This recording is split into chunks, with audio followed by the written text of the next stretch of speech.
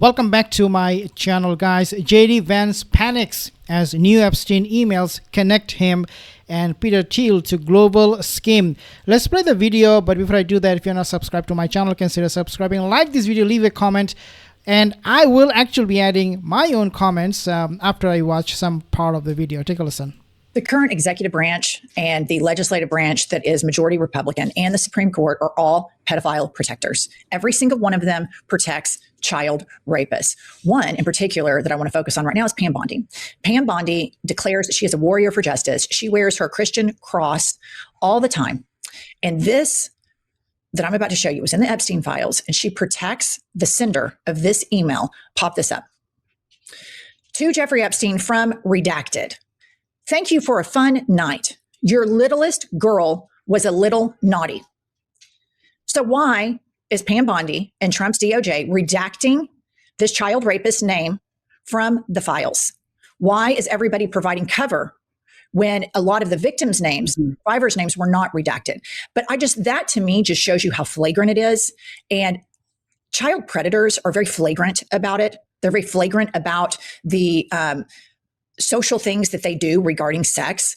And this is so brazen. This is after it's already been revealed that this man is a predator, and they all go down. You have to ask yourself, why? Why did he do it? Why wasn't he scared? Well, number one thing is not all, but most of the time when you see people wearing, any religious symbol, in this case, the cross, I'm not talking about other religious people, but I'm talking about people who are religious in the Trump administration. You see almost all of them are hypocrites. And the reason they wear those crosses is because they want your vote. They want to appeal to the voters. They want to give them this impression that somehow they are religious, they're righteous people. Oh my God, you cannot question their judgment. You cannot question what they're doing. I mean, these people are holy, right? So yeah, Erica Kirk included in that. But this is something I had to address. Scared. Why wasn't he scared of getting rearrested? Why did he seem to accelerate, not de-accelerate? Why didn't he say, hey, no emails, no record of any of this stuff? He's responding to all of this stuff because he has blackmail footage on people in our government and very wealthy people, and he worked for very bad people, Vladimir Putin and the government of Israel.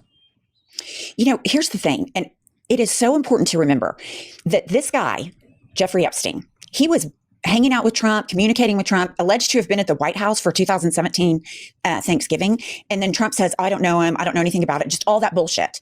But the reality is these people, not only did they think Jeffrey Epstein was powerful and cool, and you hear some people say that, well, I was only around him because I wanted to be close to power. Well, that tells me everything I need to know about you. But in that email, your littlest girl was naughty. And they were knee slapping. When he wrote it, he had a smile from ear to ear. Where's the prosecution of this person? Where's the investigation into this person? The deposition at the very least. You don't have it. You didn't have it under Biden. You don't have it under Trump. And that tells me these elites and these oligarchs, and Jeffrey Epstein was number one, because I think you are spot fucking on. The reason he didn't stop is because he thought he was completely never going to be punished. Because just look, when he was arrested in 2000, I think it was 7, the plea was in 2008, his home, he knew before it was raided because they went in and took all the video equipment and all the videos and files that he had in that home. It was taken before the FBI got there. He got a day pass jail sentence. He got a day pass to go anywhere he wanted, and then he slept in the jail at night. It's bullshit. Right. And there's no other reason he would not have tried to stop. He thought he would get away with it forever because so many people in powerful positions were mired in the whole deal. Yeah. Well, let's talk about the co-conspirators, right? They say, oh, only Ghislaine Maxwell is there, nobody else. Well, I will tell you the name. I'll tell you the name today. Those co-conspirators, they are JD Vance, they are Donald Trump, they are Elon Musk, they are Peter Thiel, they are Mark Levine, they are everybody, Steve Bannon. These people are all involved in this directly, guys. Alex Costa gave him that sweetheart deal because the case was strong. All of the evidence was really, really strong. And it was really puzzling as to why he got this kind of deal. And it's because he has blackmail footage on very, very powerful people. And this was such a culture of rape. This is such a rape culture that you saw Howard Lutnick's wife, after it's been revealed, after when Pump said 2008, when he plead guilty to child rape, when he pled guilty to child rape or charges similar to that, Howard Lutnick's wife emails him, we're on a yacht, we want to stop by your island. We are a party of 2 families. We have a few boys and a few girls. Why the details of the kids? Why that they are young? Well, Why? it is because this Howard Lutnick guy and his wife, they were pimping for Jeffrey Epstein's pedo ring. I mean, how else I can make it clear to you guys that they were part of the pedo ring? They were. It is not that he just popped up in the island of Jeffrey Epstein. It is not that, oh, he just met him for a dinner occasionally. No, they were doing business. They were doing business together. And that business is running this pedo ring. Oh my God. I mean, I don't know. People, the MAGA people, they're still so delusional. The gender, because everybody knew that this was his kink. And so there's a woman named Ava Dubin who's now married to a hedge fund manager. And she sends Jeffrey Epstein the following email after 2008, after everybody in the world, especially people in these elite New York, Palm Beach circles, the 0.01%, the 1%, they all knew. Think about your personal lives. If somebody gets charged with child rape, it's going to be the buzz of the town. When these elite circles, it was the buzz of the town. This woman, Ava Dubin, sends him the following email. Put this up. She says, come and visit next week. Selena will have 5 friends over. Selena was this woman's teenage daughter. And so there is just such a culture here of how accepted this is with collaborators and enablers to this. And I've never been one that is just super impressed by wealth, but I've seen it. I have seen people fall over themselves and take advantage of and want to curry favor with the wealthy people in their lives. And I have seen wealthy people get away with behaviors that normal, non-millionaire, billionaire people would get away with. I've seen it a bunch. I have seen this. I have seen women not protect their children from people that they know their children shouldn't be around. And this is about the most disgusting thing, combined with Howard Lutnick's and how many other pedophiles. There are a lot of them, dozens of them. Now, just think about this. When he was apprehended, Jeffrey Epstein, back in the year 2007, why he was not suicidal at that time? Why he did not take his life? He did not unalive himself at that time. Well, it is because at that time he knew he had all the connection, he had all the networking, he can get away with his pedo crimes. But then in 2019, quite conveniently, he started to regret about his action and took his life, or he thought, well, I have no way out, so I have to rot in the jail, so let me unalive myself. Does it make any sense? Why in matter of just, from 2007 to 2019, he will change that much, and so much so that everything will change. 2019, nothing had changed. Everything was in place. The elite, the status quo was exactly the same. So why would he take his life in 2019? Well, he did not take his life. That's the answer. What really happened is either he was murdered or he was transferred or sent to Tel Aviv in Israel. Collaborators are out there. I look at this and I think, if you were sending an email to a former love interest and you asked them to come over, would you ever say that your kid was having 5 friends over? She knew, she was luring him with the prospect of 5 friends. That's fucking insane. I could not believe my eyes. It is vomit inducing. One thing is these pedos are out there. Another thing is parents of these children are helping with these pedos. That is vomit. Beyond disgusting, guys. Email someone and say, hey, do you want to come over? My teenage daughter's going to have 5 friends over, unless I was trying to curry favor with them. And that is fucking gross. That is appalling and vile and craven on a level that is just, wow. It's weird that people do this. All right, moving along. Epstein is in this email with Peter Thiel. This is where it really gets the child pedophilia and the child rape and the cameras.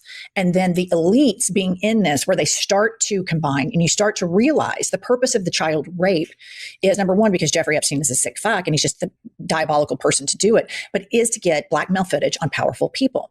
So to tear down the systems of government that be, because these people are too unlikable to run on their own merit, to go put their name on a ballot and go win an election. And so they're just saying the quiet part out loud, openly rooting for the demise of America. This is an email from Epstein to Peter Thiel. And he says, return to tribalism, counter to globalization.